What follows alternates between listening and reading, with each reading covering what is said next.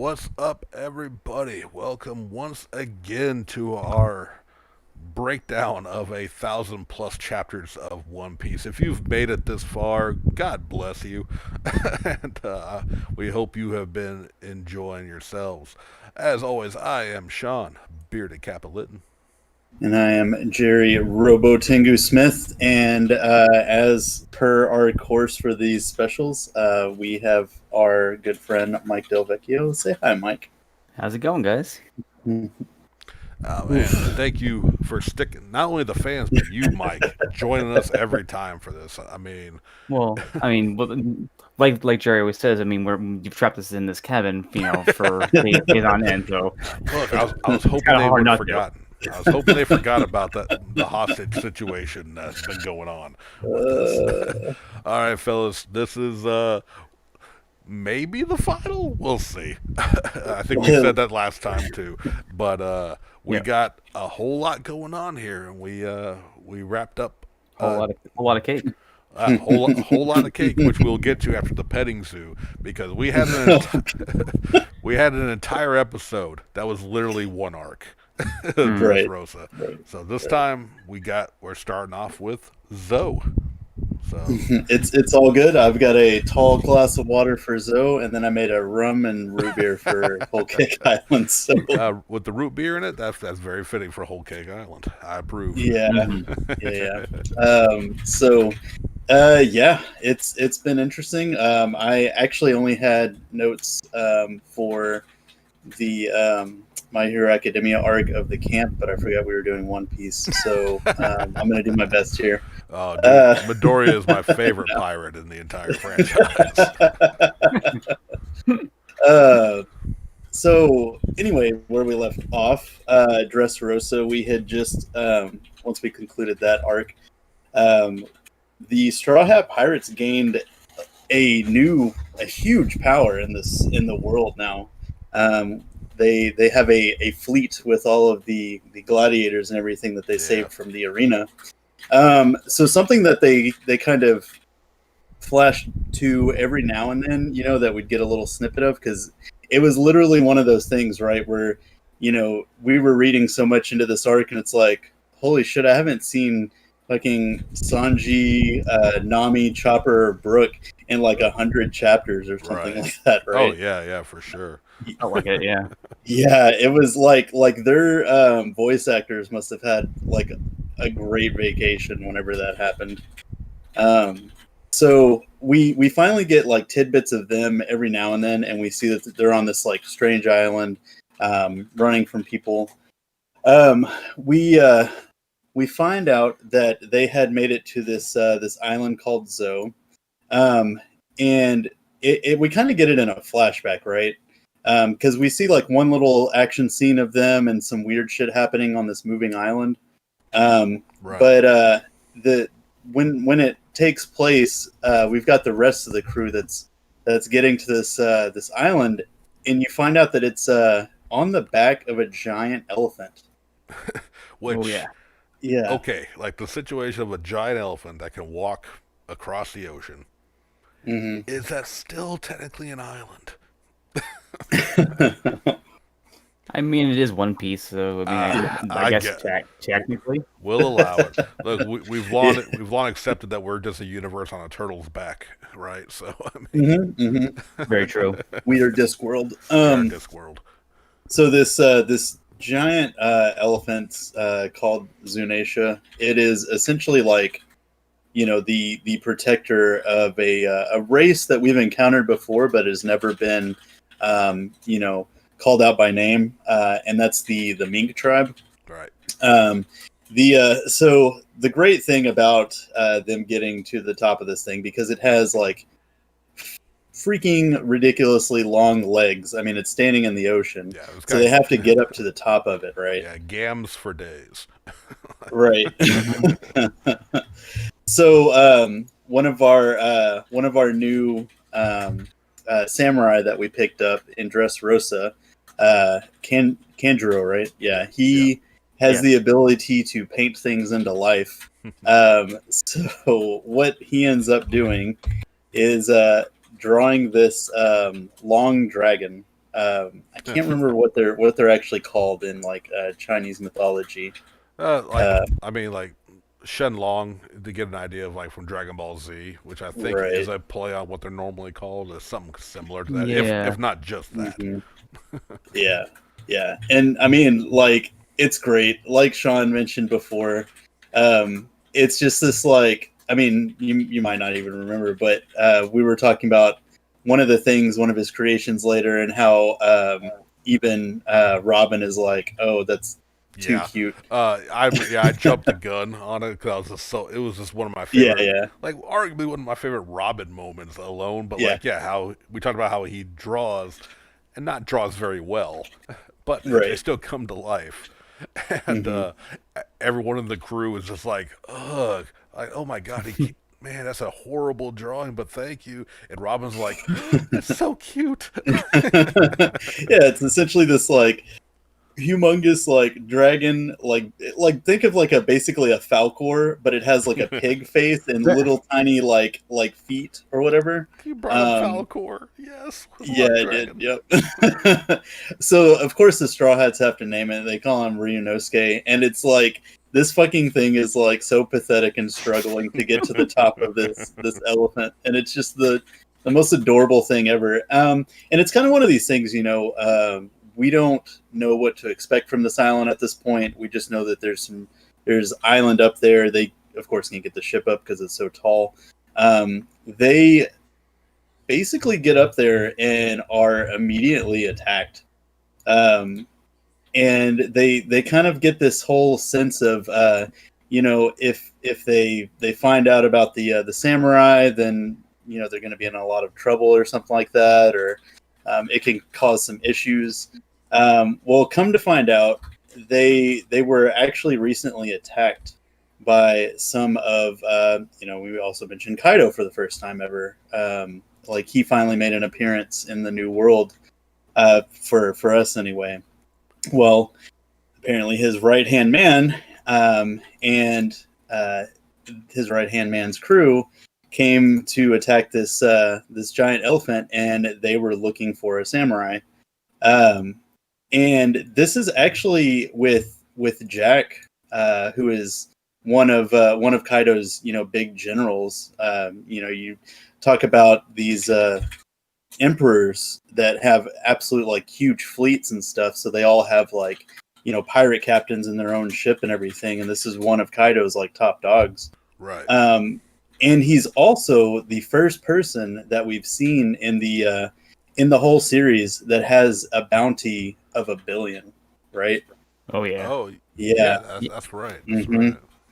right. So the whenever the Straw Hats get to this island, it's pretty wrecked, and like they immediately start getting attacked by one of the one of the Mink tribe, and they find out that these minks had been fighting off Jack and his crew and everything, and trying to hide this samurai. And the way that they did this was kind of interesting because the whole place is split up into two different mink tribes. You've got one that you know, guards it during the day, and one that guards it during the night. And you know, they just so happen to be a dog and a cat. I'll let And- you know, guess which is which guards which. It is so perfect. Yeah, yeah. Oh yeah. I'm going blank on their names, but like they were great. What was it So you Dogstorm and Cat Viper? Neko Mamushi, Yeah. right? Yeah. Yeah.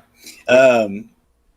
Which when Yeah, I saw no, someone they're- had like their looks of like, you know, a big yellow dog, because they're large characters too. Like so, it's like a big yellow Huge, dog yeah. and a fat orange cat, and you just couldn't help but make the Garfield and Odie Right, comparison to right. them, and it Yeah. was brilliant.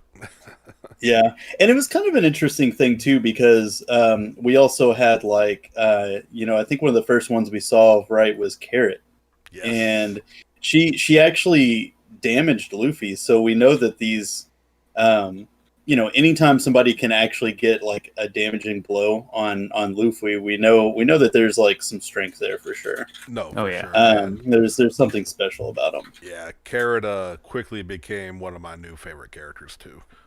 Yeah, there's a lot of like really great characters that pop up in this arc. So yes, they were essentially guarding Zoe, and saying that they didn't have the samurai and everything, and eventually they fended him off until Jack's crew had to go and supposedly go save Doflamingo because his shit was all in trouble, and he got arrested by the world government. So they were able to hold him off. Well, soon after that, the Straw Hat crew came in as Sanji, Nami, and Chopper. Sanji, Nami, Chopper, and Brook. Sorry, yeah. Right. Well, we actually don't hear anything about that until we actually see them. So we get our crew reunited, and we get these minks, and then we get to meet the. We find out basically that this whole time we were thinking that the crew was going to be in trouble if they revealed that they had the samurai with them, and come to find out that they were actually keeping the samurai safe, and that was the third one that we had was Raizo. Oh, and I honestly completely forgot because he's not like super intricate in the stuff that we've been talking about, but Momonosuke was also with them, the little kid that was we saw with Kinemon when he first So we get basically introduced to all these mink men, and you actually find out that they're all like animal based people. It's a whole civilization of people that are animal based. So it kind of gave us like some idea, because we've seen all these animal people throughout the story, and we were just kind of like just led to believe like, okay, these exist, I guess. We're not going to jump further into this. Yeah, Yep. I mean, as wacky and wild as One Piece is, like animal people, not that surprising. I mean, I don't think we've brought him up this entire time yet, but there is the reoccurring character of Panda Man that has appeared all throughout the franchise in various forms, including he's literally hidden in every chapter. Yeah, which is just a man with a panda head, kind of a luchador look to me. And like hell, even in the recent Stampede movie, we saw him as both pirate and marine. He is a busy person, but like just the example of how weird and wacky One Piece is. So yeah, like animal people, why the fuck not? Yeah. So of course, Beppo, the character that we mentioned from the Heart Pirates crew, is from here. And this was actually, we were talking about, this was where the Heart Pirates crew was, correct? Yes. Yeah. They were meeting them here. So, right. And so we kind of get this resurgence, and I know Sean was really happy to see Beppo once again. Yeah. And we got to reunite with them. Well, the remaining Straw Hats were on this island except for Sanji. And it turns out, and another character I forgot to mention. Sorry, I started drinking the rum drink already. So just bear with me. Caesar was actually with the Straw Hats as well. Right. Yep. Yeah, and they basically, they had him as leverage against Doflamingo, but whenever things were going sideways on them in Dressrosa, they, told the rest of the crew that was on the Sunny to go ahead and take him and get out of here. So he is still with them, but there's no Sanji. And pretty much what we find out is two of the characters that we saw before from Fishman Island, Peckham's and I'm forgetting his name. Tamago? Yeah, Tamago, the egg guy. They actually came to this island to take both Sanji and Caesar away, and basically I think they were going to take the whole like Straw Hat crew, but they were fighting against them. Tamago actually ended up turning against Peckham's, because he was, kind of more trying to fend for his people, because you find out that he's actually from Zoe as well. And what ended up happening is Tamago just got Sanji, and because you found out that he had some kind of leverage against him, so he ended up having going with him. But it's kind of cool because Zoe sort of turns into this, since we've literally been running this whole time with Sabati, Fishman Island, Punk Hazard, Dressrosa. Like, it's this huge pinnacle that we were building up to. It's kind of nice to have this little arc where we just sort of discover a little bit more about the world and see characters that we haven't seen in a while, and kind of set things up for the next big arc. Because what they're going into at this point is the Yonko. So it's like this this really big thing that we've had for a long time, that's sort of been shadowy in the background. And another thing that we find on this island is our first road poneglyph. I think I actually kind of jumped the gun back when we were talking about Fishman Island, but I recanted and took it back because I remembered that wasn't where it was. Right. So we find out that there are these things called road poneglyphs, and they are actually the special poneglyphs that have the directions to get to the final island, to get to Raftel for the One Piece, where Roger stored it and everything. And it's that was a really big moment for them. I think, was it at that point that we find out that the other emperors have the other ones as well? I think so, because I think they had said that Big Mom had 2 and Kaido has 1. I think, because then there are only 4 of them. Whereas like the poneglyphs themselves are already rare. They're scattered throughout the entire world, but then only 4 of them are the special ones that lead you directly to Raftel. Right. And I was actually wrong. It wasn't Tamago that was with him. It was Capone Beige. Oh, that's right. Yeah. This is when Oda starts, showing us that he can use the other supernovas besides Law. Right. Because obviously, Law is really the only one that we really keep seeing. And then so like now we're starting to use Capone. We'll see more guys later on, but like he's actually showing that they're not just one-off characters. Right. Mm-hmm. Yeah. So yes, it was actually Beige that ended up gunning down Peckham's and just grabbing Sanji and taking him with him. He did take Sanji, and he took Caesar.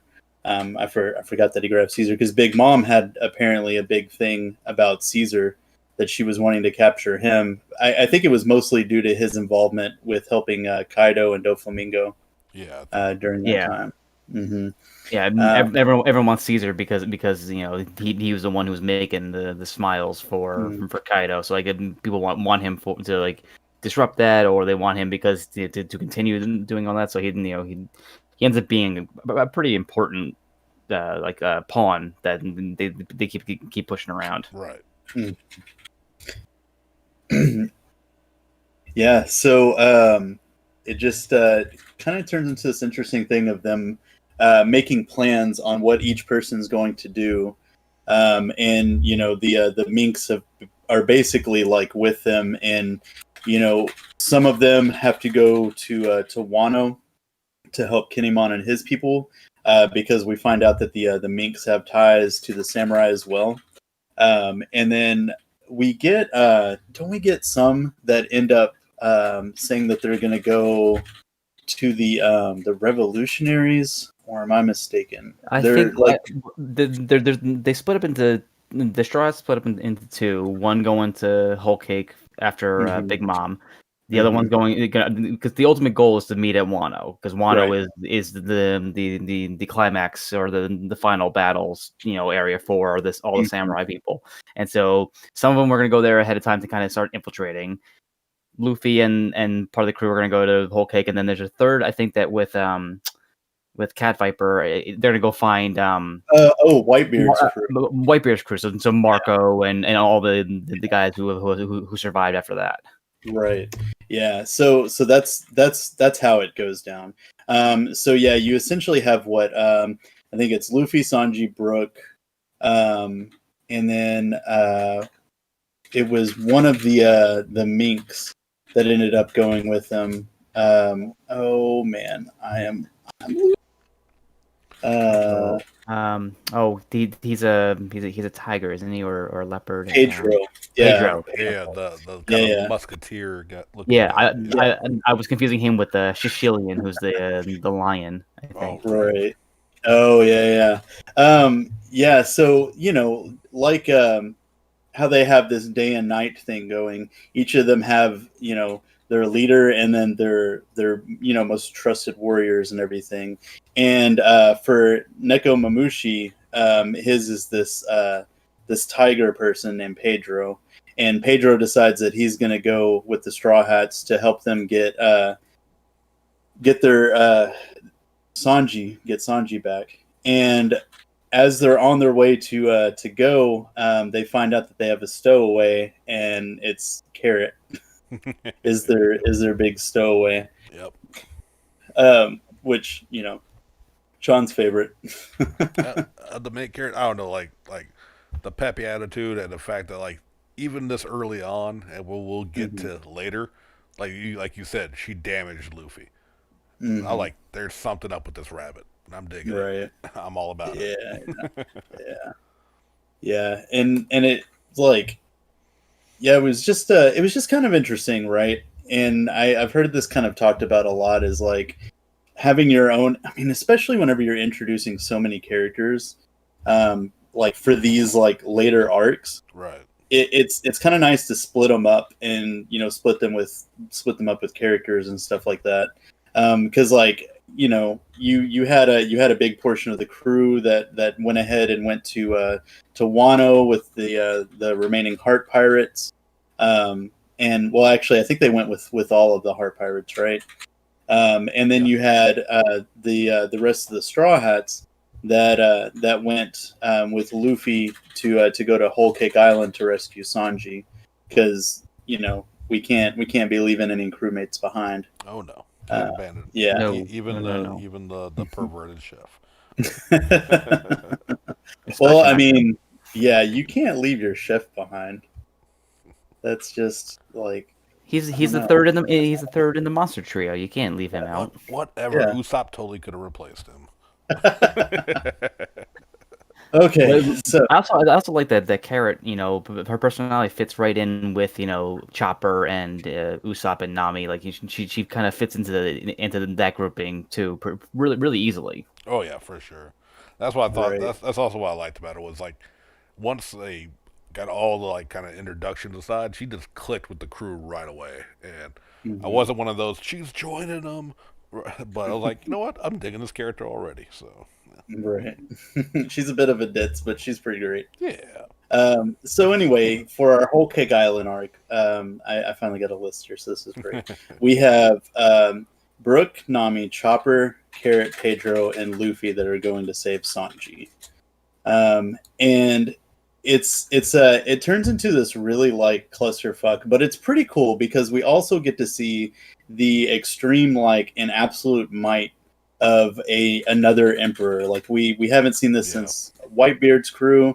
We got a taste of it with Jack from Kaido's crew on the Zoe flashback, but like in this arc we get they're like basically invading this other person's territory, and it's just kind of this like wacky ocean and adventure, and like they totally like mix so many different things in it with like Disney and stuff like that, and it's like kind of like really unique how there's just like all of these inanimate objects that have like faces and stuff, and you really think that it's going to turn into another like Dressrosa with like moving toys and everything like that. Yeah, because the whole introduction of we've seen Big Mom before, like like in like silhouette or like like a close up. But the first time we actually see her, they do it really well in the anime. But it's like a sing along from a Disney movie. Like it's like she's walking the field and or if you remember at the end of Who Framed Roger Rabbit when they're all singing at the end with all the buildings and all that. Like it's just like that. Yeah, yeah. You got like the smiley face on the sun and stuff. Yeah, Um, it's one of those like yeah, it's a definite like a twisted fairy tale like what it ends up like the whole especially with the name whole cake because you're gonna see like a lot of food related stuff, design and decor and stuff in it as well.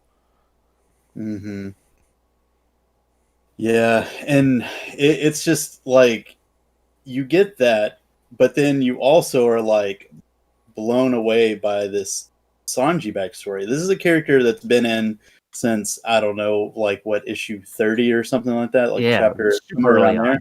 Yeah, And super like you early. thought that you had his whole backstory, but then like of course, as One Piece is prone to do, it goes deeper, and you find out that there's even more like to his character, and that Sanji is actually from North Blue, and he's actually from this family called the Vinsmoke family, who are very popular for like their uh, was it like cloning or something like that? Like Yeah, they yeah. It's kind of like oh, they're trying to create the perfect human beings almost, so that it's all like genetic testing and all that. So like then they're basically all like test tube babies.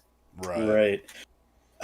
So the big thing that we get to find out, and the most important thing to take away from this, is Oda's finally put Super Sentai into one, and that's all that really matters from this arc, right? Of course, yeah. You're laughing, but Yeah, and yeah. no, this is again another super world building arc. But like hmm hmm me personally, like one of the biggest takeaways was the revelation of the Vinsmokes, Sanji's history, and hmm yes, that they all have color coordinated special outfits Yeah. With numbers So on them. with yeah, numbers. right. And there, And and that it wasn't just Sanji whose name was a pun for because San in Japanese is mhm, 3. They Right. all have a number pun in their name. yep. So you have the father, which is Vinsmoke Judge, and then you have Vinsmoke Ichiji, you have Vinsmoke Niji, you have Vinsmoke Yanji, and then you have Vinsmoke Reiju. And they, before they even like really popped up, like we saw any color versions of them. Right. I already had a feeling like, oh shit, they're going to be color based too, aren't they? And sure enough, all of their hairs are different colors. So like Sanji's blonde, and then like you've got one that's pink, one that's red, one that's blue, and one that's green. And they actually have these things called raid suits.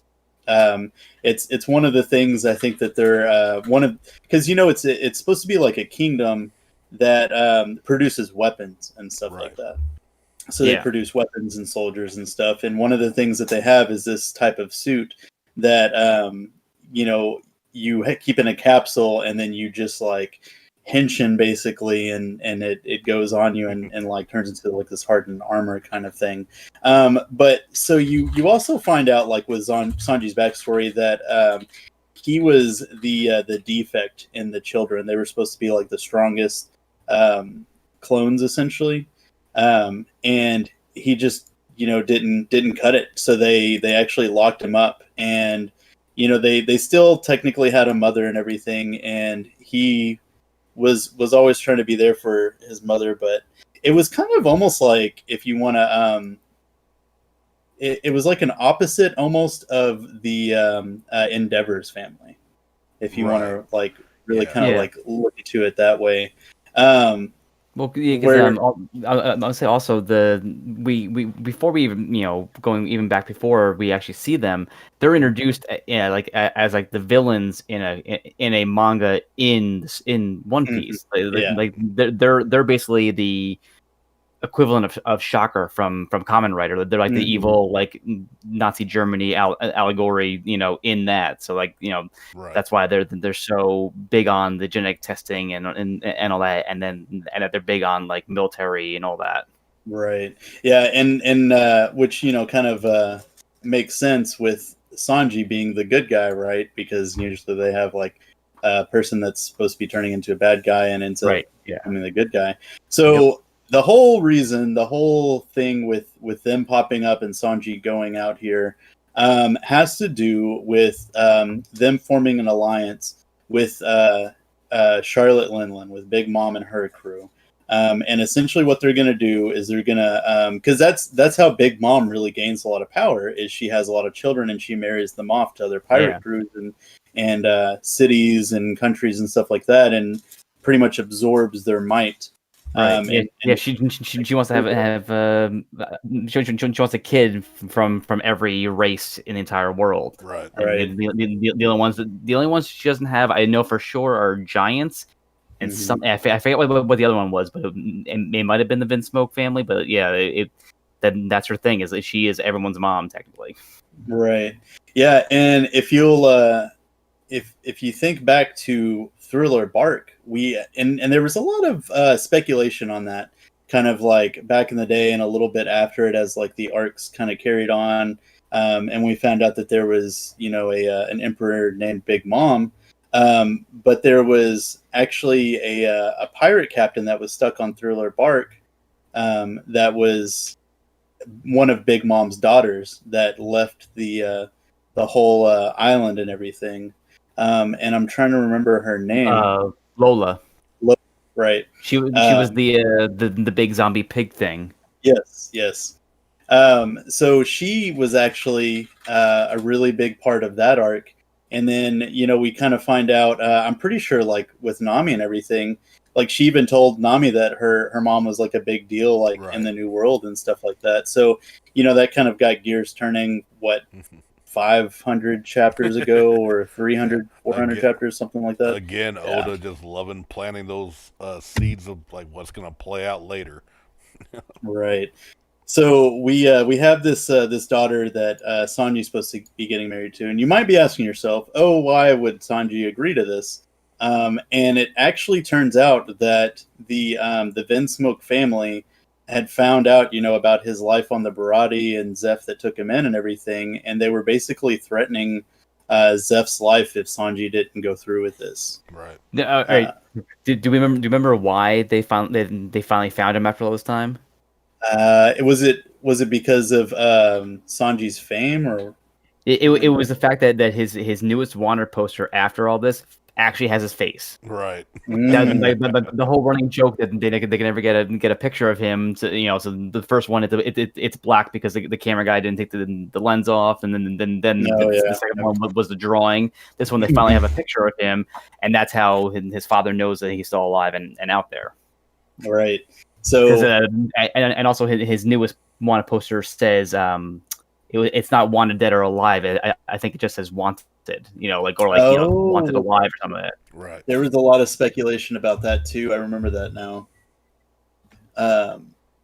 Yeah. So we have this big event that's supposed to be happening with this wedding, and of course, one of Big Mom's things that we find out, which actually we kind of knew from Fishman Island with the snacks and everything, and the desserts that exploded, that they had to trade all the treasure for, that she loves, like, food and snacks and sweets and stuff like that. So of course, like, they're making a big deal of this and, like, getting their bakers, like, baking, and we have all of these wild, like, just completely nutso, like, living treats and stuff like that. We get this point where the crew actually run into this girl who tries to give them directions through a forest, and it turns out to be just this really shitty, dangerous place. I think, was it Chopper and Nami end up getting captured by Charlotte Brûlé, which also all, like, pretty much the entire crew, you could guess, is named off of different foods and stuff like that. All her Baking and children. Yeah. And there's a lot. There is a humongous crew, which, again, this is an emperor, so you can expect that. So Charlotte Brûlé ends up having this ability to where she has, like, a mirror power, and she can trap people into mirrors. And so she ends up trapping, if I'm not mistaken, I believe Chopper and Nami in the mirrors. And Carrot too, I think, right? Yeah. And then Luffy is left to fight Charlotte Cracker, which is interesting because whenever we first run into him, he's just this like huge imposing dude with like 6 arms and all these swords and shit.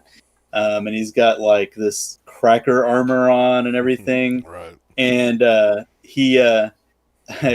Luffy smashes him up real good and finds out that he's like just this like jerk looking like buff dude with like weird funky hair. But they essentially like just get into it, and you know, of course, Luffy, as he do, ends up beating the tar out of this guy. Mm-hmm. And Luffy ends up finding Sanji, but it's kind of like whenever they met back up with Robin, and she was pretty much like shunning them and telling them she doesn't want anything to do with them. You could obviously tell that there's more going on with Sanji here, because I think at this point we didn't know about the Vinsmokes basically blackmailing him and threatening to murder Zeph.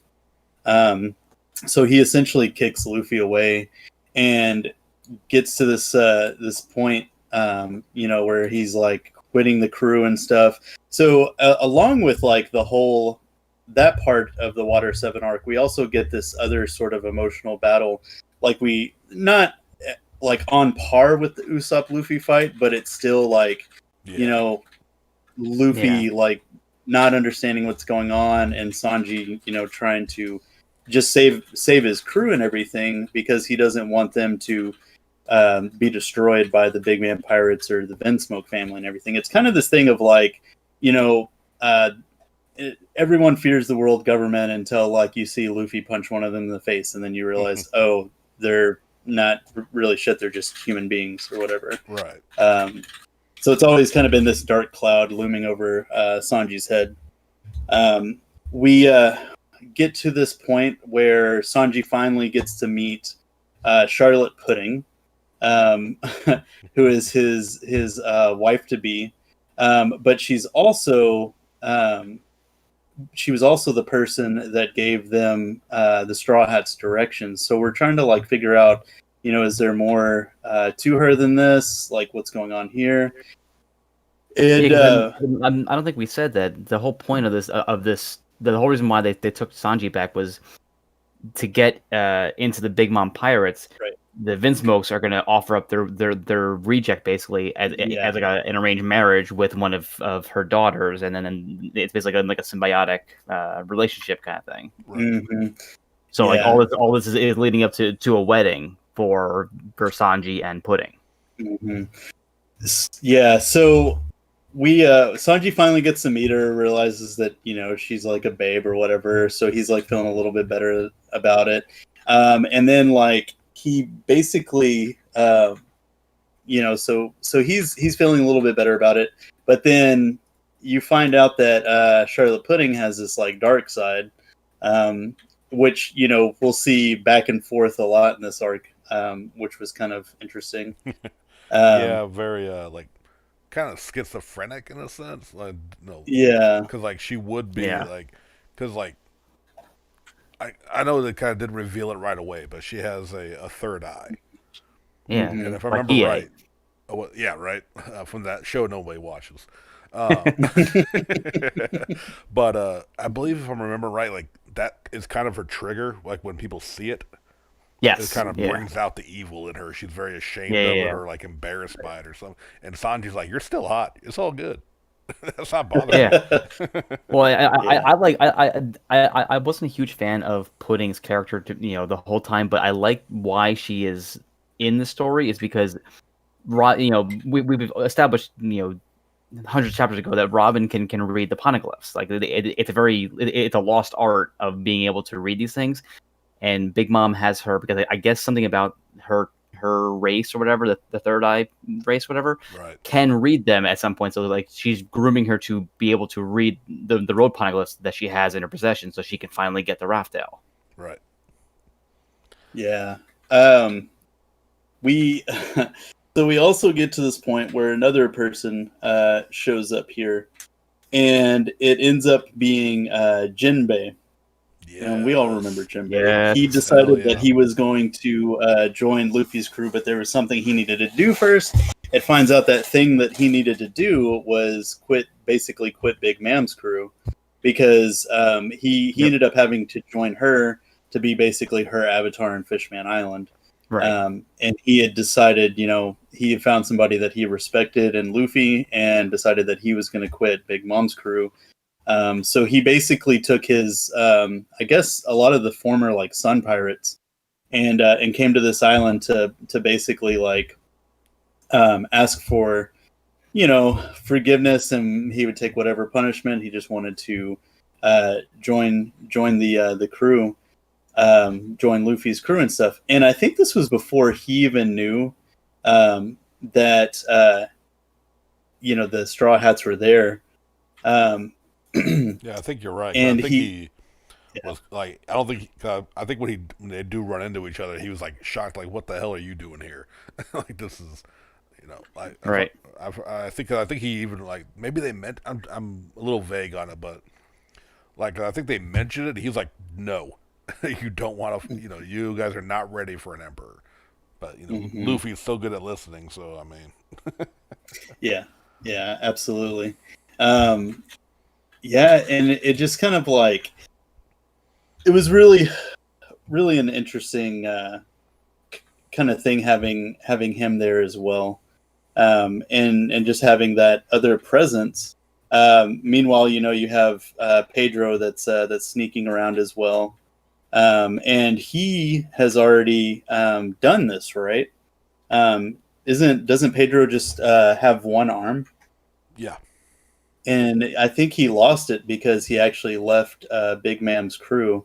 So we kind of have this sense of what's at stake whenever you leave, and you have to essentially spin this wheel. Did see, now this is where I start to go a bit fuzzy. Did he ever spin the wheel for I her? think he I can't did. remember. I'm Yeah, pretty sure that's how he ended up losing. Because you basically have to give either life or a right. body part on that. Yeah, so I think what ends up happening is we find out that she kind of has this power over like souls and stuff like that. And she I think he rolls like a life thing, um, and it would have essentially like make him lose all of his life, like he would die with the amount of life that she was going to take from him, because it would Right.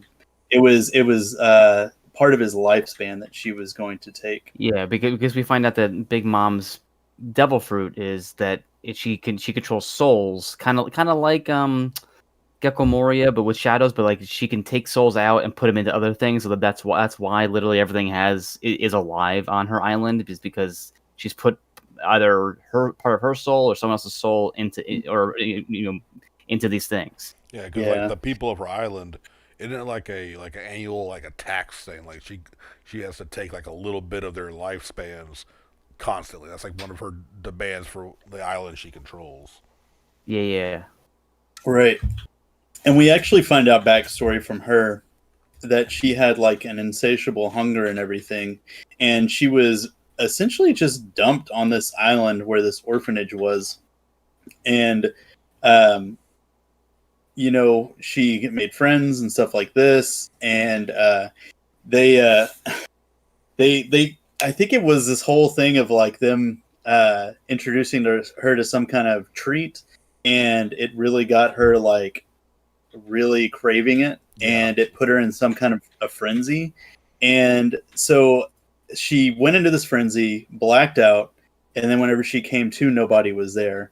So the gist that you're getting of it is that she essentially like ate all of them in her like anger and fury. Yep. So we get this kind of thing of like, oh my god, this woman is like, a monster. Like right. Like I mean, we I was gonna say yeah. like again though, we know Big Mom is like a major foil. She's shown Mhm. evil, manipulative, power monger, and yet she gets the tragic backstory. And it's like, fuck's sake, Mhm. Oda, don't make me care about this evil woman. I know. Well, and the coolest thing about her backstory is that it's the island that she's originally on is Elbaf, the land of giants, which we've only been hearing Right. about since Dory and Bragi back in, Right. in a Little Garden, and we've never seen, and we also find out that's why she doesn't have a good relationship with the giant races, because she Mhm. caused a huge ruckus when she was on an island at the age of 12. Right, or Right. no, 5-year-old. I'm sorry. Right. She's like 17 feet tall, but she's 5 years old. Right. Yeah, it's a whole scary thing, and it's completely terrifying. So I'm gonna kind of jump around a little bit because my recollection of so many of the events that happened in this are like scattered. We find out that the reason Capone Beige is here is he's also married to one of the Charlotte daughters. Yep. I think her name is Chiffon. Yeah, Charlotte. and they have a baby called Pez. And she is actually the identical twin to Lola. So that was kind of a neat little Yep. thing. And I think her and Nami, of course, kicked it off right off the bat. So we find out that that's why, Beige has an allegiance with them. We find out that essentially the Big Mom's family's whole thing with this whole marriage is as soon as they're married, they're going to have Pudding kill Sanji and then take over the Germa 66 and then assassinate the Vin Smoke family. We just get a lot of this plotting, and then you also are introduced to a couple more of the family members of the Big Mom pirates, and the ones to note. So she has the Sweet Commanders, which are her big, top of the line like fighters and everything, like her closest children. And Yeah. we already met Charlotte Cracker, Yep. but then we also get introduced to the daughter Charlotte Smoothie, and we get introduced to like the scary son that everybody's like, oh god, stay away from that guy, and that's Charlotte Katakuri. Right. And he's really interesting. We'll get to that fight in a second. We end up getting to this point where the Straw Hats form another alliance, and that's with the I'm trying to remember Capone Beige's The fire tank. the Fire Tank Pirates. So they make another alliance with someone from the Worst Generation and join with the Fire Tank Pirates. And because so essentially, even Chiffon realizes, like, hey, my mother is like banana balls, and we need to get the hell out of here. So whatever it takes to get out of here. I think originally Beige was planning on like assassinating her or something like that. But it just kind of turns into one of those things of like it's a freaking emperor. So it's going to be a little difficult to do that. And pretty much what they're going to do is they're going to hatch this whole plan on the wedding day. And you know how Luffy is with plans; he follows them to a T, and everything goes swimmingly. Absolutely. Except that they never do, and everything always goes to shit because Luffy is not good at following plans. But also, you have the entirety of the Big Mom's crew and her, just massive presence here. I mean, this is her high C essentially. So you also get Brooke, who is working as sort of a secret agent. He's used his. I don't think we touched on it in Fishman Island, but he's able to use his soul powers to kind of sneak around.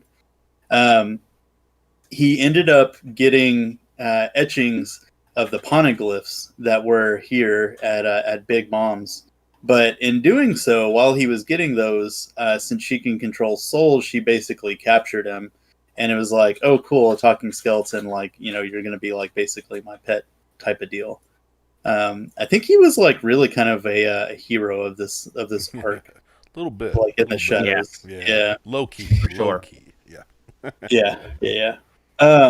So we eventually get to where Luffy, while trying to do the plan, gets stuck in this mirror world by Charlotte Brule, who basically puts him in this place with Charlotte Katakuri because Brule is not like a fighter or anything like that.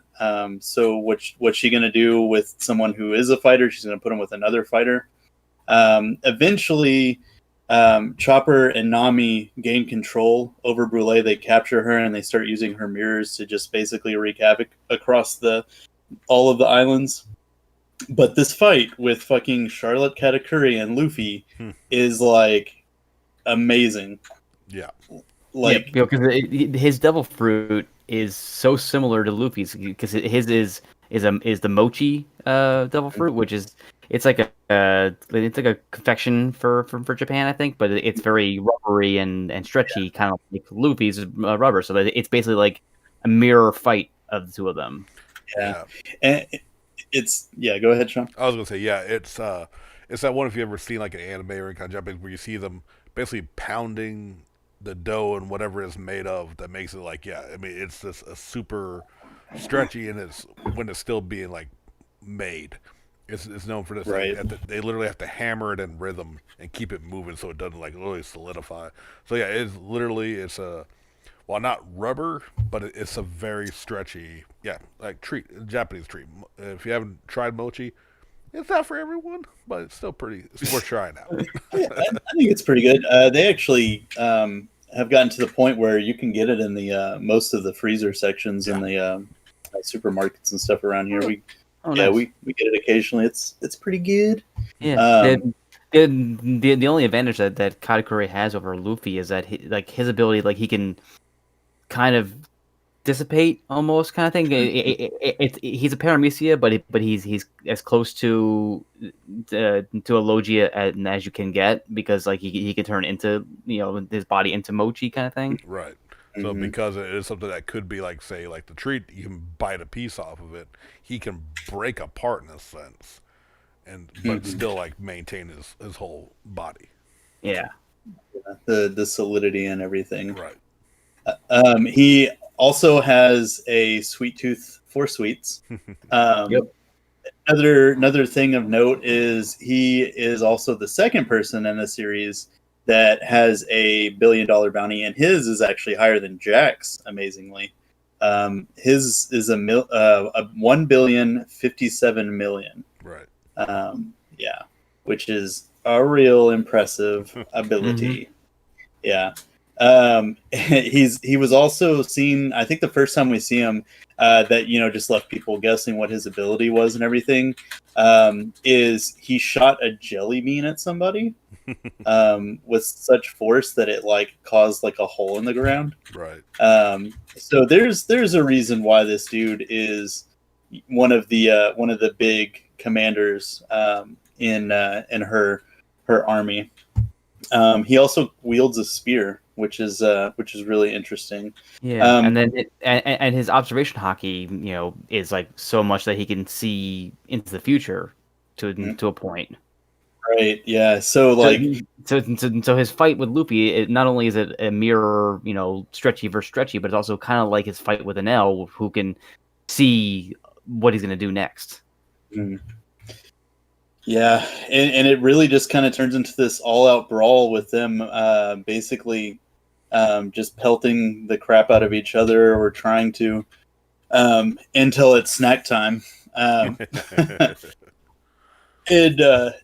was kind of a funny moment in that because you got this dude that's just like, super like hard-boiled and like really mysterious and everything, and you find out that like he has to have a snack time and he really loves his treats, and he also has this like face covering, and you find out that like he just has this like really huge open like mouth, and he'll just shovel like food into it and everything, and it's like basically his like bliss is doing that and like eating ridiculous amounts of food. And of course, Luffy will attack him no matter what. So he's kind of got this thing where he's like trying to eat while also being bombarded by Luffy. Right. Yeah, which again also just that mirror thing. Luffy loves to eat as well, but he's got his priorities. When it's time to fight, it's time to fucking fight. but Right. But yeah, so I thought I loved the kind of like the evil Luffy that Katakuri was, like Right. Yeah. with a ridiculously big mouth for some reason. Like, I'm sure it's one of the races Big Mom made sure to have a kid from. It's a Big Mouth tribe or something.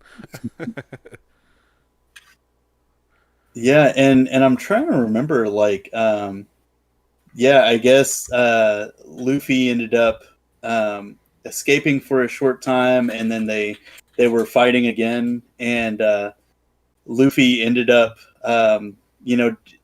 being the absolute like hoss that he is, and just right. having just I guess just the upper hand as far as, because I'm sure with Katakuri, his fights are usually over pretty quickly, like because he's so powerful. He's not really built for a fight of endurance. So Luffy ends up taking him down. With a new a new form of Gear Fourth, where he introduces Snake Man, which is like, whereas Bound Man is this huge like huge upper body with the huge forearms and all that. This is slender. He has the armor hockey on just his arms and legs, and he's real thin, and he just shoots out his arms with like such speed, and and they bounce around that he's too fast for Katakuri's predicting.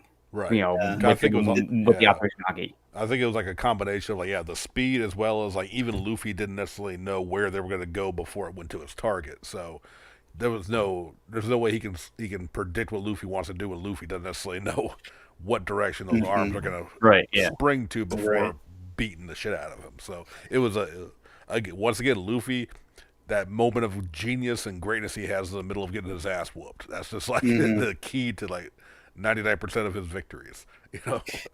Yeah, and it was interesting because we also saw like just a whole other like form of control with Luffy, where he's got like he can manipulate and everything with his arms and make them go different directions and where he wants them to go. And it's really interesting because usually you think just momentum, like punch forward or something like that, or punch back, or but no, he can actually like I guess use the momentum from his hits to zigzag and go wherever he wants it to go. So it was a really, really interesting thing, and a pretty neat form for him to pull out during this fight. And just this fight in general, I think it was, we had Doflamingo and everything, but then you have this guy that has abilities almost like mirroring Luffy's.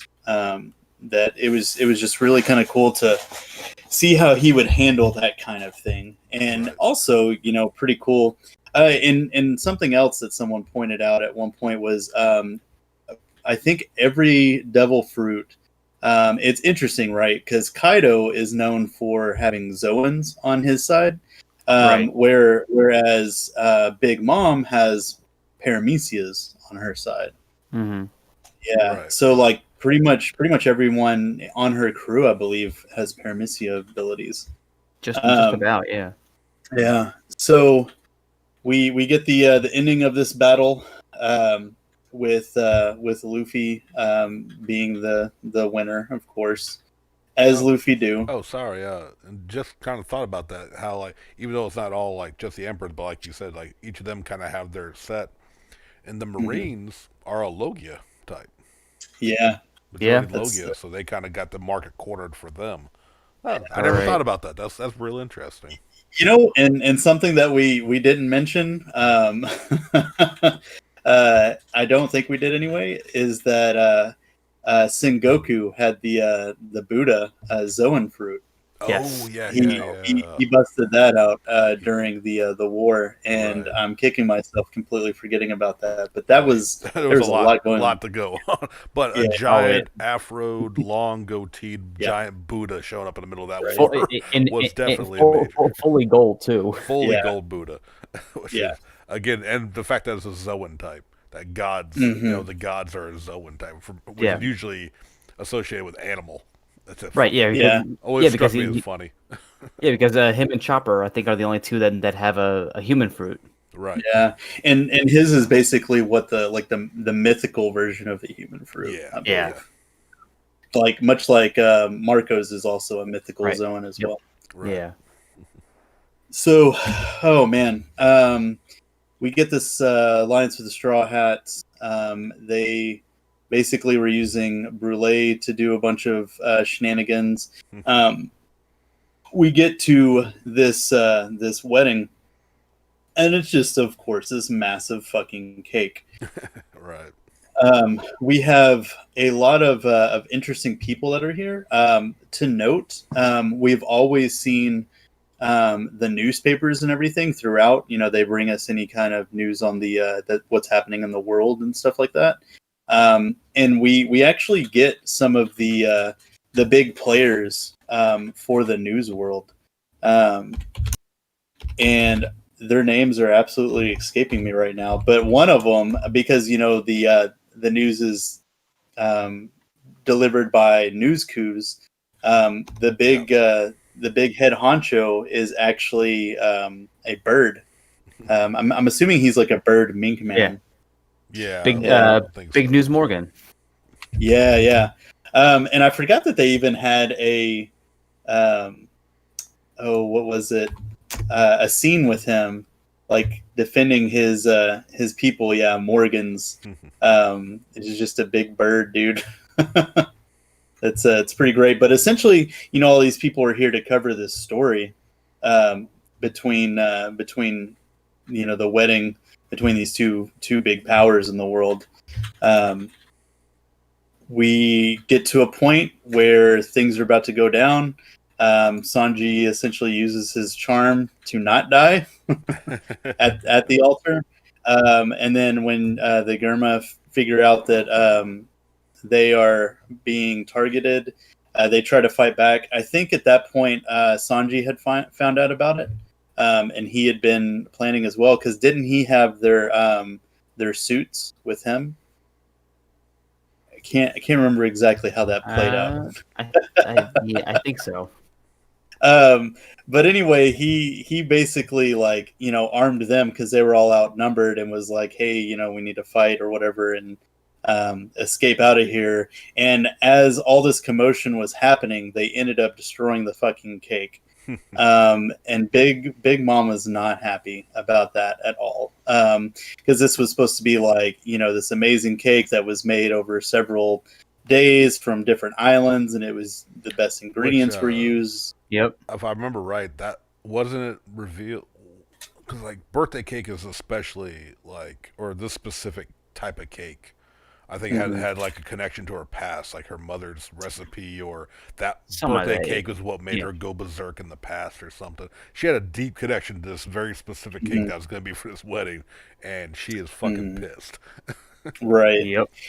And so then from there, it kind of turns into this it feels like it's the better part of the arc.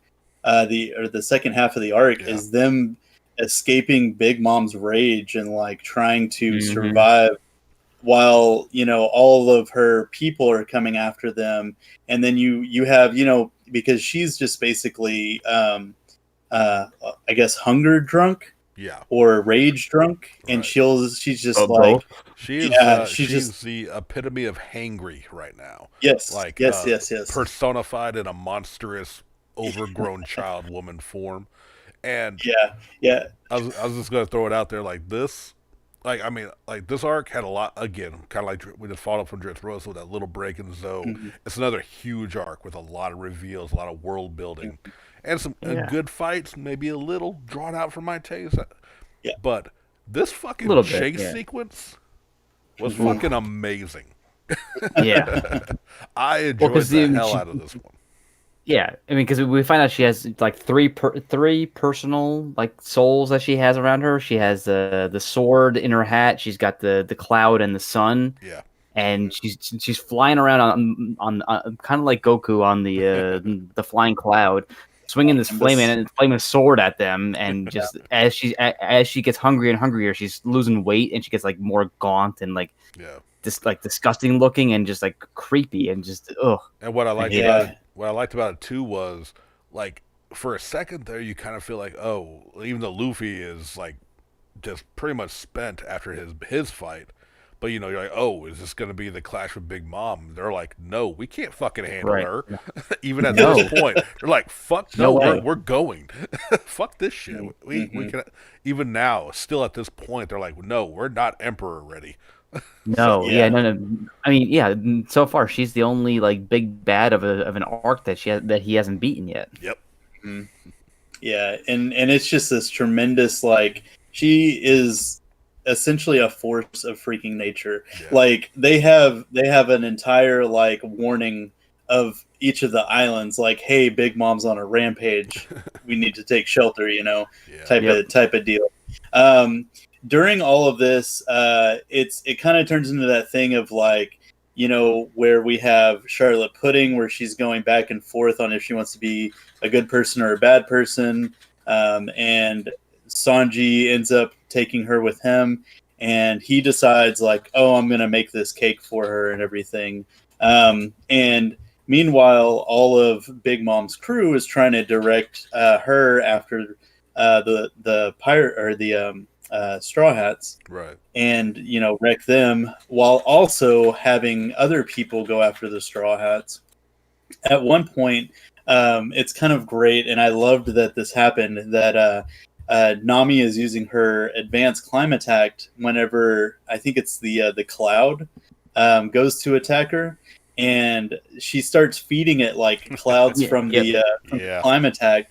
And it ends up really liking it, so it joins her side, and I think starts to live in her climb attack from that point. Yeah, like she got it to change turn sides through food. Ironically enough, you know, like the whole theme going on. Yeah, it was, I love the shit out of that for some reason. Just the whole idea that she turned like her weather power, you know, because Nami, we know she's not one of the top fighters, but she's always been very intelligent, and even though she didn't necessarily know that's what was going to happen. It just turned out brilliant with her technique of weather manipulation. Happened to really help them out. It was really, I liked that a lot. yeah, it was dope. I really liked that we got that from that. Through a lot of it, you actually have Beija's Iron Fortress form, like trying to fend her off, and it's like, no, you're not gonna be able to do that. And I think at some point, even Katakuri busted in and like messed them up a lot. So you also have what did you call it? What were they? Their pirates, the fortress. Iron Fortress. Fire tank. Fire tank. Yes, the fire tank pirates. They're also trying to escape and get the fuck out of this island as well. You also get Jinbei, who kind of puts himself in between the Straw Hats and Lin. Like he's, you know, realize that they're there, and he's trying to help them as well. And you get some really great, like, interesting, like one-offs from this. And one of the better ones, I think, was whenever they're trying to escape. You know, you have people like that are constantly in their way. Well, you know, Carrot, that's kind of been like freaking out and sort of like going back and forth between running and like fighting and stuff this whole time. You know, reveals that she, you know, might have a way out of this blockade that they have in front of them. And it turns out that for minks, whenever there's a full moon, they awaken this extra power called a Sulong form. And Carrot, like, her physical appearance changes. Her hair grows longer. She gets faster, stronger, sharper claws. And she jumps on the ship and essentially annihilates it and everyone on it. Oh yeah. I love Carrot so much. Basically, every mink is a werewolf. Right. Basically, and that was again just solidified. It's like, oh my god, she's not only she's been, a fun character, like you said, ditzy, silly, blended well in the crew. Then she just became a badass, Mhm. and it's like, yep, love me some Carrot. Oh yeah. Yeah, it's just I don't know. It was a really really cool moment for her. We also unfortunately get another moment in this where we have Pedro that's been with us, and he's been kind of sneaking around and trying to um, you know have everybody like keep everyone alive and well, and find out all the information that he can. He ends up encountering one of the sons, Prospero, and Katakuri, and during this whole thing, Pedro ends up sacrificing himself to save some of the crew, and has a bomb on him and ends up blowing himself up. Yeah. Yeah. And it's unfortunate because in his efforts, to take Prospero out, Prospero still survives, but Pedro ends up not. I know. But it just kind of becomes like this, sort of thing of false hope. And we sort of leave the arc on Jinbei standing in the way of the Big Mom pirates. I think at some point Sanji had finally finished the cake. Correct me if I'm wrong, but that cake, something happened to that second cake, and I'm forgetting off the top of my head. Didn't Big Mom eat it and love it? Like I want to say, Did like she? it almost got messed up, like it was missing an ingredient or something. Like it was very Yeah. like down to the wire to get the Yeah. cake to her and calm her ass down. But Yeah. he Yeah. just barely managed to do it. Okay, Right. so whenever she finally eats the cake and regains like her sanity and everything, she goes back after the Straw Hats, and that's when Jinbei essentially stands in the way. So it's like this arc also robbed us yet again of Jinbei joining the Straw Hat crew, Uh-huh. and at this point, I'm just basically like, okay, we're never gonna get Jinbei Nope, in the Straw never. Hats. He definitely died there. Yeah, Like, exactly. So yeah, it was just kind of this moment of like, they lost Pedro, they got Sanji back, and they had to leave Jinbei behind because they weren't able to get away, and he ended up using his ocean kung fu to whisk them away. And not Sanji, Luffy, pretty much told him to meet them on Wano, like because he's part of the crew. Oh yeah. And yeah, so there was a lot that happened in this arc, right? It was a ton. Yeah. I mean, we glossed over a lot of it just because, we hit the important notes. I feel, but Yeah. little Right, things yeah. from how big the Big Mom family is, all her kids. We didn't really get She's like- into. it's like- What was that? She has just like 40 some odd children or something Right. like that. Like one of the standouts, I like being an artist myself. I can't remember the character's name, but she basically like turned the Straw Hats that were staying on the ship, which I think was like Chopper and Nami, and wasn't what's the little kid from Wano? I think he was. Momonosuke? I think was Momosuke. was he with them? I don't Yeah. think so. Was he? Oh, I don't know now, actually. But Crap. I think he remember. was because the part I remember with this one, her ability was to basically change them into like abstract paintings. Oh yeah, They yeah. had that whole little thing. Like I On- said, we had all these little On other. Dressrosa. Was that Dressrosa? I thought that was Yeah. cake. No, Yeah. that was just, Fuck's sake! Yep. See, this is what I'm saying. Like, there's so much. Yeah. But Oh yeah. Yeah. we did address that Dressrosa. I'm addressing it now as an artist. I like the abstract war thing. See, like Oh yeah. like we love One Piece. Obviously, we've been talking about Mhm. it now for 27 years on this podcast. I'm not talking about just being fans. Mhm.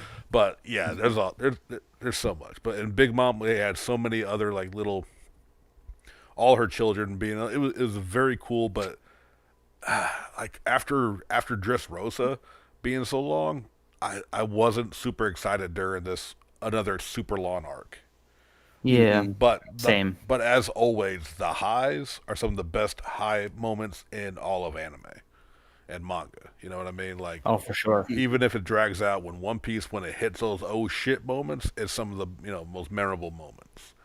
Oh yeah, I mean, just the fact that it's the Sanji family, Super Sentai, or Snake Man are like two of the coolest things to come out of that entire arc. Now, admittedly, now I have to ask y'all if have you been steadily watching the anime through this?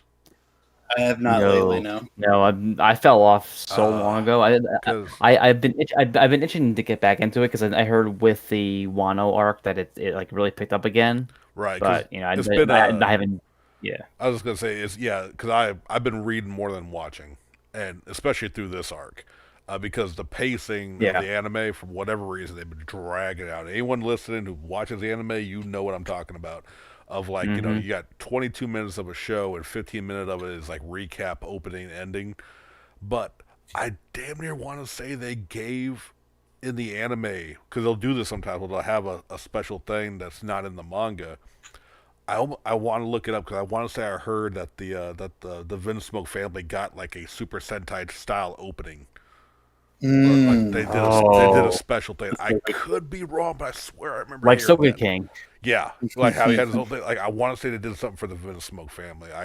Oh, that'd be Man, I perfect. hope I'm not lying, but I might be. I have to look it up. Guess we need to go rewatch that whole arc Yeah, the whole now. arc, or just YouTube Vinsmoke family. Maybe it'll have something, but because it was a complete tribute to the Super Sentai. For those who don't know, we're talking about the Power Rangers style shows Right. out Hmm. there, and that was Mhm. huge. Sanji's full down backstory, which outside of when we're gonna finally get closure on what all Luffy's family is doing, like I feel like, I mean, this is the first, if not probably the only other Straw Hat would probably have to get like a secondary origin. Yes. Maybe the only other one I can think of is Zoro because he got like a 2-page backstory, really. Right. That and I mean, I mean, we can always get something for more of them, but like out of all of them, like I was like, again, I never saw this coming from Sanji, so who knows really? Yeah. Right, yeah. Yeah. And, just one other thing that we gained from that, because people have been saying for a long time that all these other characters have been getting kind of upgrades to their equipment and their gear and stuff like that, or like abilities. And Sanji hadn't really changed a whole lot other than some of the stuff No. that he can do. So he ended up getting one of the raid suits from Yep. the Vinsmokes. So I don't know. I can't remember if they specifically made it for him or if it was just like one that they. No, I think they did because he was the Vinsmoke Black, whatever. Like his was made for him. Yeah. Yeah. Okay. Yes. I think So now that's out yeah, cause I think like they weren't worried about. They always wanted him back, obviously, because the family thing. But like, I kind of want to say they kind of implied like once they saw his bounty, they're like, oh, he's made something of himself. So there. they had a Mhm. suit, and we're gonna make him join us again. Like it was always gonna be Right. forced against his will. But like, hey, even a failure can go kill somebody. Obviously, you set your leg on fire willingly. There's you got something. Right. Yeah. So it was a very wild, interesting, very I don't know. It was a really cool arc, right? It's cool. Like again, it's like I do feel some parts of it definitely dragged, but the overall scope of what we learned and what we've seen and like the ideas were definitely it was another huge arc, and yeah, but still open up the world even more and really is setting us up for what's going on currently. Hmm. Yeah. Speaking of the world currently, Right. the next snippet arc that they did after this, which, it's like, oh, come on, you could give me like 200 chapters of something, and then this is only going to be like 10 or something like that. I can't. It was way too short. For what they're addressing, yeah, because it was. But yeah, go ahead and get into it. Then we'll talk about that a little bit. So, we found out with all of our introductions to the different kingdoms of the world and the world government and everything, especially whenever we were on Fishman Island and we found out, about the queen and everything. Was it Queen Orihime? Yes. Yeah. Yeah. And they essentially were supposed to be joining the world government as an official, presence and everything. Right. And that's kind of like the thing. All the kingdoms make up the world government. I mean, you have the Celestial Dragons; they're on a whole nother level. But this Reverie event happens every 4 years, I believe is what it is. And it's like this really, kind of serious world-changing event that happens. And just wild and crazy things have changed in the Right. in the history of the world. The military being added, and who they're deciding if they're gonna outlaw or something like that. But it's kind of cool because you get reintroduced to a lot of characters that you haven't seen in a long time. Right. Like Cobra and Vivi from Alabasta. You get reintroduced to Dalton from Chopper's Island that I'm forgetting all of a sudden. Oh Lord! Now you said it. Now I can't remember. Drum Island. Drum Island. Yeah. There we go. Yeah. So yeah, you run into Dalton and Dr. Kuriha, and then you get to see Vivi and Igaram and Chaka and Pell, who didn't die, but we've gotten over it at this point. Wapol's there, which it's funny because we hadn't seen Wapol except for in cover stories, so we were kind of left to just ponder about how that ended. Right. But we also saw Steri, who was Sabo's replacement in his family. Yes. Which was really shitty. Right. We also have the Riku family from Dressrosa with the Tantata Princess Mancherry. So we've got Viola, Rebecca, Kyrios, and then King Riku himself. And yeah, so we have all these superpowers that are at this Mary, probably saying it wrong, Mary Joas, right? Yeah. And they're here to make these big important decisions. But it just so happens that as this is going on, the revolutionaries have something, some underworld shit that they're doing here too, because we all of a sudden see Sabo and a few of the other folks from the Revolutionary Army, and they're under the ground or something. I think one of them is using a devil fruit ability to get them through, or something of that nature. Yeah. But it's just really interesting. These big discussions that they're having, and then all of a sudden, boom, you got the revolutionaries. And it's kind of cool. Oh, and I forgot to mention that the people from Fishman Island, Shirahoshi, Fukaboshi, and Ryuboshi, and Manboshi are all there as well. And it's kind of great because they make friends with Vivi and everything because of their involvement with Luffy. And they gotta keep it on the low too. Yeah, I think they mention them, and one of them notices the other one kind of blush or react. Yeah, oh my God, are you the secret Luffy friend? I am. We're best friends now. It was really great. Yeah, it was just such an interesting, and you always kind of wonder oh, what would happen if these characters ever met everything, and now you get to see it.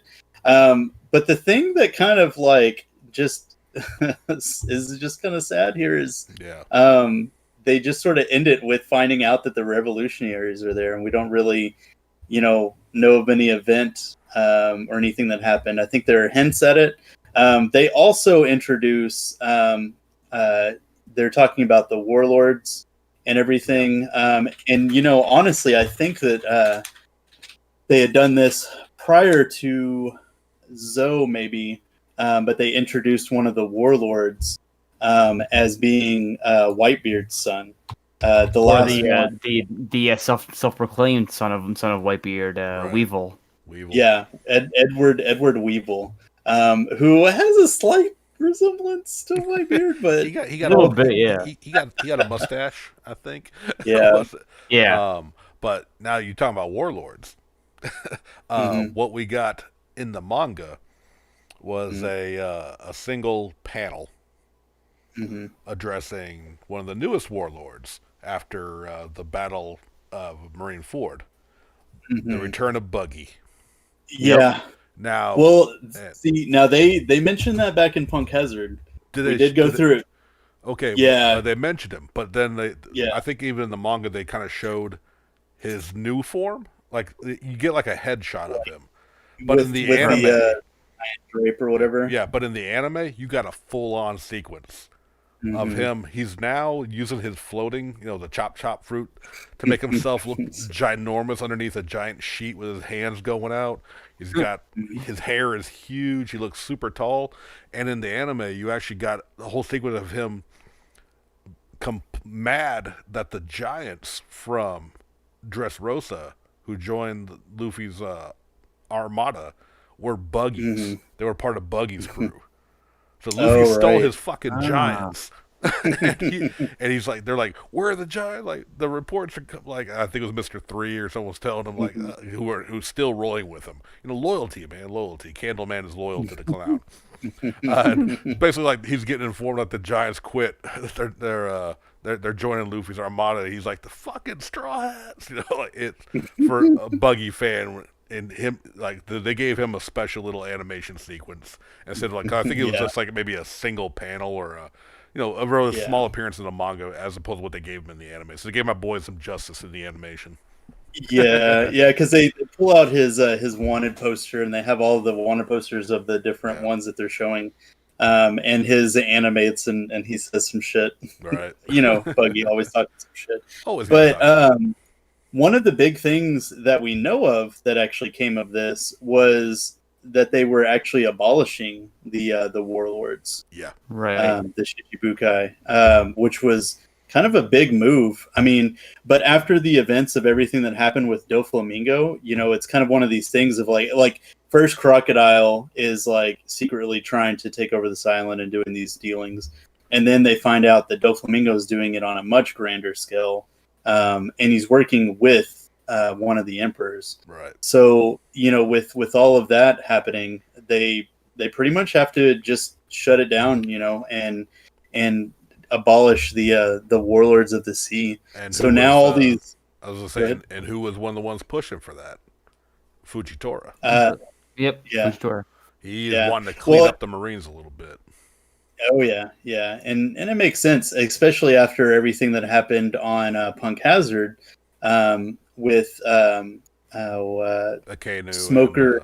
Smoker, yeah. Well, I mean, they had the guy there that was with the Doflamingo family that had infiltrated them as well, whose name.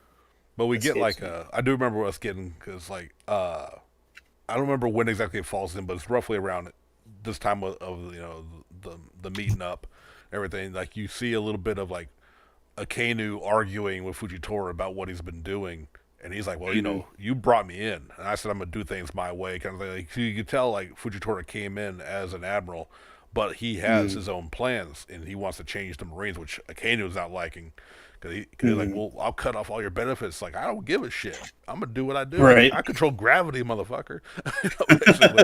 And we get a tease in this, too.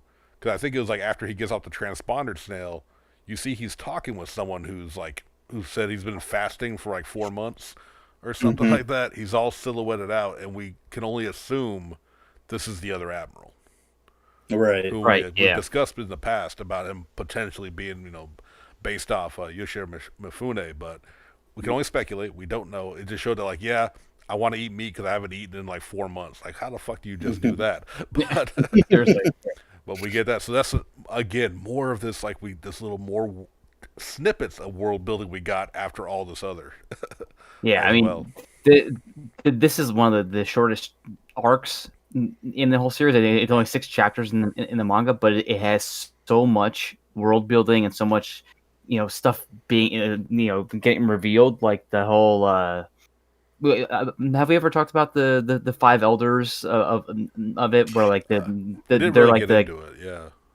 they're like the head of the Marines. They're these five old men that everyone answers to, and then you find out that they answer to one more person. Oh Yeah. yes. It's a silhouetted person just called Eam, and it's just like and this thing has wanted posters of Luffy, I think, one of Shirahoshi and something else, and for some reason walks over to this gigantic straw hat, like humongous Right. straw hat that is being held in the bottom in the depth of the castle that it lives in. Yeah. Right. Again, just those damn mysteries. Like, well, okay, Like- what does this mean? Why can't we see him? Why didn't we see Yeah. the other admiral? And Right. oh yeah, I almost forgot. We also got this is where CP0 showed up, right?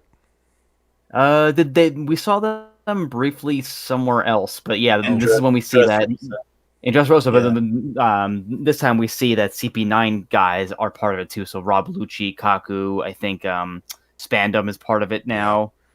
Yeah, a few But, of like, them. they- Now it's but- Liverpool Zero, who are like the Right, yeah. even deeper secret agents for the government. Right. Yeah, like in Dressrosa, we saw all the new characters for CP0. Hmm. Yeah, and I had to go and find it online, but yeah, he does have a giant straw hat Yeah, I forgot Yep. all about that. in it, just in a vault. Like, For whatever why? that means. Whatever that means.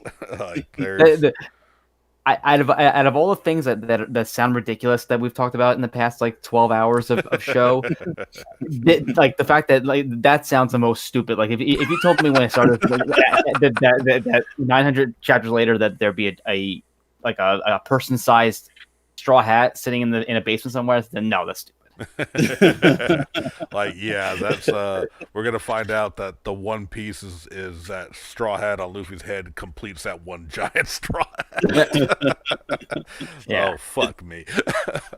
It's so brilliant. It's like in the Venom comics right now, like Luffy's straw hat is just a part of Null. He's like the Venom symbiote, and once Right. it's complete, it's just huge being. The straw hats came from another universe to take over ours. And Yeah, the we're straw all hats doing are it. just aliens. But yeah, I mean that's everything up to Wano. Like, yeah. Now, like we've been discussing about it because we knew we were eventually getting here, mhm. and I'm proud to say we finally made it, boys. Yeah. We don't want to get too deep into Wano now because Mhm. it is still going. It's been a 3-part arc, Right. so here's something to look forward to in 15 years when this arc wraps up. Mhm. That we are gonna. I think we're gonna start doing this as at the end of every major arc. I think we're gonna start dropping an episode. If Yeah. Yeah. and hopefully, Mike, you will happily come and join us again during those times. We're all But, going to absolutely. be old men in retiring homes by the time Wano ends, but I'm Right. down for it. Yeah. I'm glad to finally get out of this dusty old cabin on this mountain that Sean has secluded us in. But we can give little snippets. So because like I said, a lot's going on in Wano that we're not going to get Mhm. into Oh my right God, now. yeah. But like because even the anime watchers are pretty deep in it too. It's been going on now for a while. Just real quick, what's some quick little like snippets you've been enjoying about Wano? I mean, the only thing that matters is they have a Tengu in it, and it's one of the first characters we see when the Straw Yeah. Hats arrive. So So, the Tengu, excuse me, sir, the Tengu is only secondary to the fact that there's a Kappa who's a fucking samurai. Okay. I'm Yeah, I love that it's old world Japan, Yeah. just through and through. Like the imagery everywhere is just like it reeks of that. It like the first time that we see the other half the crew that they went there first, and they're all in their traditional Japanese garb and their Yeah. the positions that they all have is great. Right, and we'll get Yeah. into that like when we actually really break it down. But the fact that everyone's rocking like you said, like the kimonos or the attire for what they're set for, and everyone, regardless of hair length, magically has a top knot. Yep. Love that. Kinemon can do wonderful things with his ability, sir. It's true. It's true. And I know something, Jerry. You're especially a big fan of a particular piece of Japanese art. I love that Mm. every wave and every splash Mhm. of water that hits Wano is basically the giant wave art Yeah. every Yep. time. It's so great.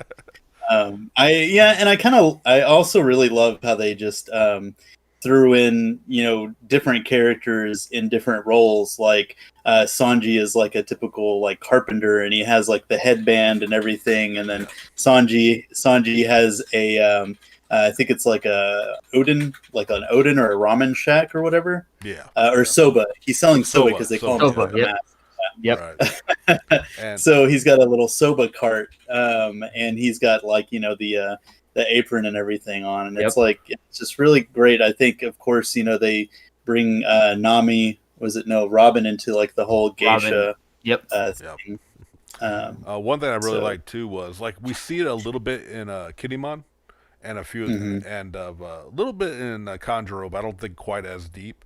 But like you'll Mhm. see in just especially a lot of the background characters, although some main characters too, where it's still Oda's style, but he designed the characters to look a lot like traditional Japanese like old paintings of people. The very stylized, yeah. very elongated faces with the very like high slanted eye and stuff like me describing Hmm. won't do it justice, but I love that aspect that he's Right. literally Yeah. taken an island that is feudal Japan and drawn it as feudal Japan as he can get. It's Mhm. Yeah. like I said, Oh, we'll and- get deeper into it, but it's a true love letter to Japan. Yeah, and we also forgot that Usopp was a frog oil salesman, Oh. Because of course, which is he perfect for him. Because It's perfect for the liar. right? Mhm. And that's really like we'll get, like I said, we'll get into that in the Wano episode of like how like everyone had like very fitting jobs and they all get their aliases, which are just fucking perfect. But well, gentlemen, wow, we came in under 2 hours. Is there Wow. anything else? We're at an hour and 30. Might be the shortest episode, but is there anything else like top of y'all's heads? Anything you don't think we covered? Anything you want to throw out there for what we've just basically talked about? 900 episodes roughly, because I think like Wano's been about 100 into Yeah. to hit that 1,000 or so. But Yeah. Yeah. 900 episodes, man. But Yeah. I mean, there's so much. I mean- yeah, go ahead. Jay. I mean, no, I was just like, it's just so much to take in, and it's so many emotions and so many things that you just learn in this series, and not just the series itself. Like I feel like it's going to sound really corny, but I feel like the series has definitely made me like kind of grow as a person, like just Right. reading it and getting into it and experiencing it and sharing it with friends and everything like that. And it's just such a phenomenon and a fascinating thing in general. Like I just really dig that about it. It's one of those really big things that it's hard to find people that are into it and caught up in it nowadays, because it's so lengthy and it just kind of like throws people off a lot. Right. So whenever you do find somebody, though, you kind of have this like understanding of, oh yeah, you lived through this as well. It's pretty astounding. It's an No, accomplishment. Absolutely. Like this is the show I talk to people about who think like anime is all just Naruto and Dragon Ball Z.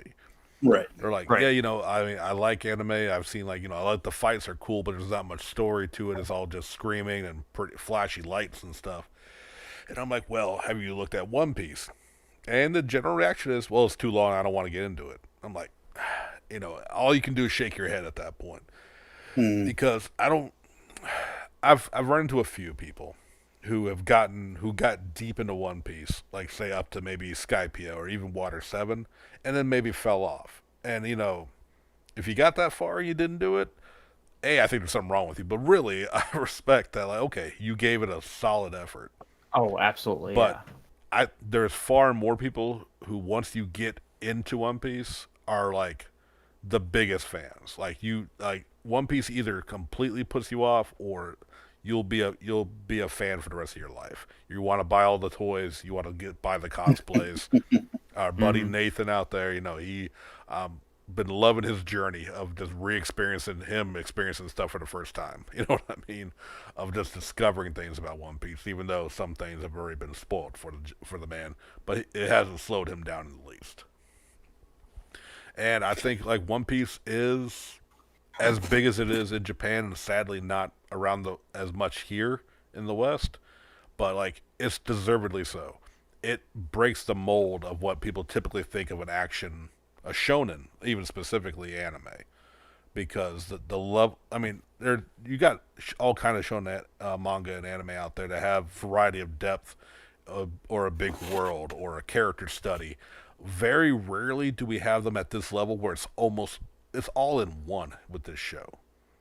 Like in this story, it covers everything from the human side to the world building to the fighting to to love, loss, and life. You know what I mean? Like it's it is just that it's that long form, but it's that perfect story, and it's really hard to come by, especially in a genre like anime there's so much out there. And for one that's like, and you'll find those gems that are kind of like, not like you'd call Shonen Jump is about as like in mainstream anime and manga specifically is that mainstream. Everyone has read or is reading a shonen story typically in Japan. But sure. And you'll get and then you'll get those side ones that create the ones that aren't as big in a company like Shonen who are out there that have great stories. And but you also have a little bit more like character free or creator freedom in those senses. And they have very intricate stories out there. But to have one in like, this is the equivalent of like, not that Marvel Comics hasn't made fantastic stories, but just making like you couldn't see one creator working for a company like Marvel and telling his story for 1,000 issues. That's what One Piece has achieved. Yeah, it's phenomenal. It's amazing. What about you, Mike? You got some final thoughts as we wrap things up?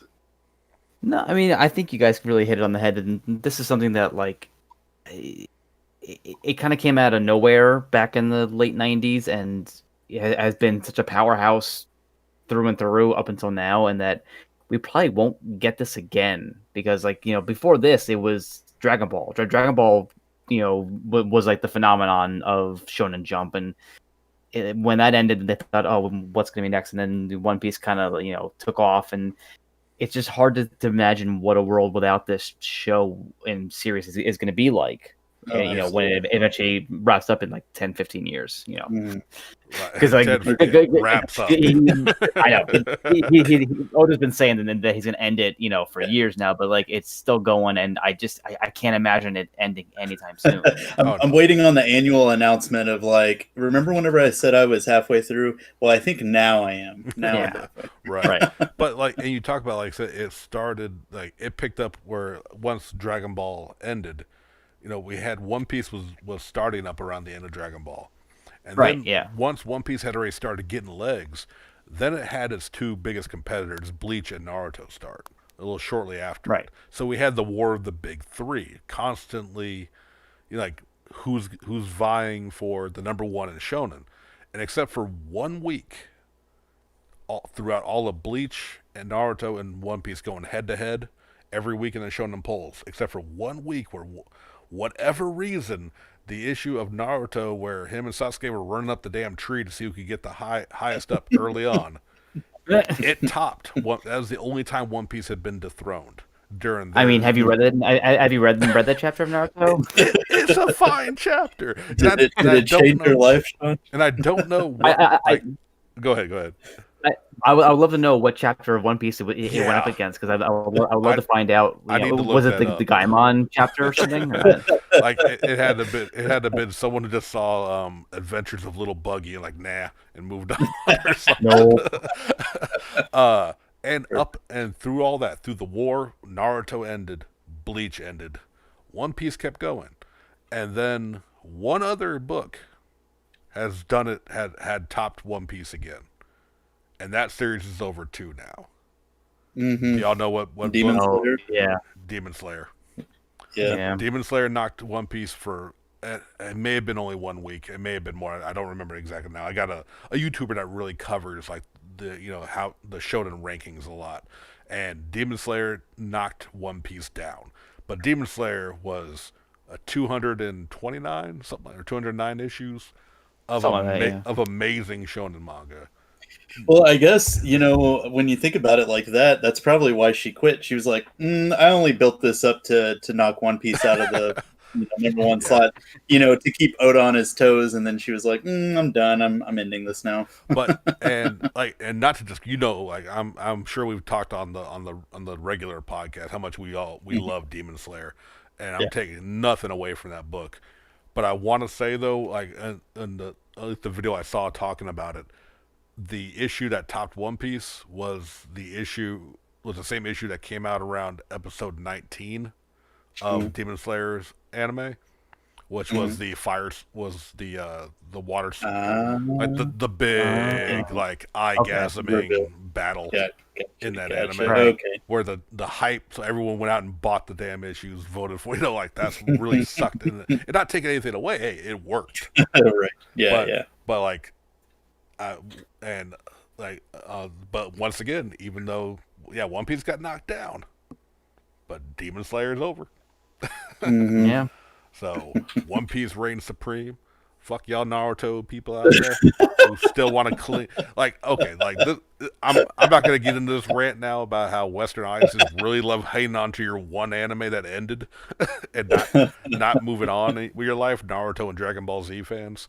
But One Piece is forever. One Piece is life. Let us beat you down out of your anime and become part of our crew, as we do. Hey, who do you think would win between Naruto and Goku? Batman when he has time to prep. God damn it! God, Goku and Batman. Everyone can be all right. We hope y'all enjoyed. This is now episode 6.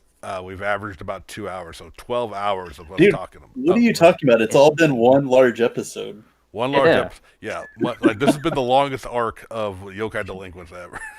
So we haven't been recording these week after week, you guys. We just cut them. Yeah. We cut one long episode down. So it's You're not supposed to tell them that. Now I'm going to get like the Humane Society against me for abuse and common workplace laws and other big words I can't think of now because it's late as hell where we're recording this. But I'm going to do the outro. Go ahead, Mike. And then behind the scenes, we've already started recording our our 12-hour long episode of Bleach, the whole wrap up of that. So look forward to that next week. You know what? Maybe we're getting the final season animated. Maybe. Oh man. Maybe when that's over, we'll think about it. I haven't watched Bleach in fucking forever, but hey, could you end the damn episode, please? Thank y'all for tuning in. Check us out for the next episode when we wrap up the Wano arc. Check out the Yokai Delinquents. Mike DeVecchio, you are the best. Thank you so much for joining us throughout all this, and we look forward to having you on again. Yeah, I say it every time I'm on, but thank you so much for having me on. This has been such a blast. I just love being able to gush about the best series coming out right now for hours and hours. Oh yeah, for sure. But that's gonna do it for today. We'll catch y'all later. Peace. Later.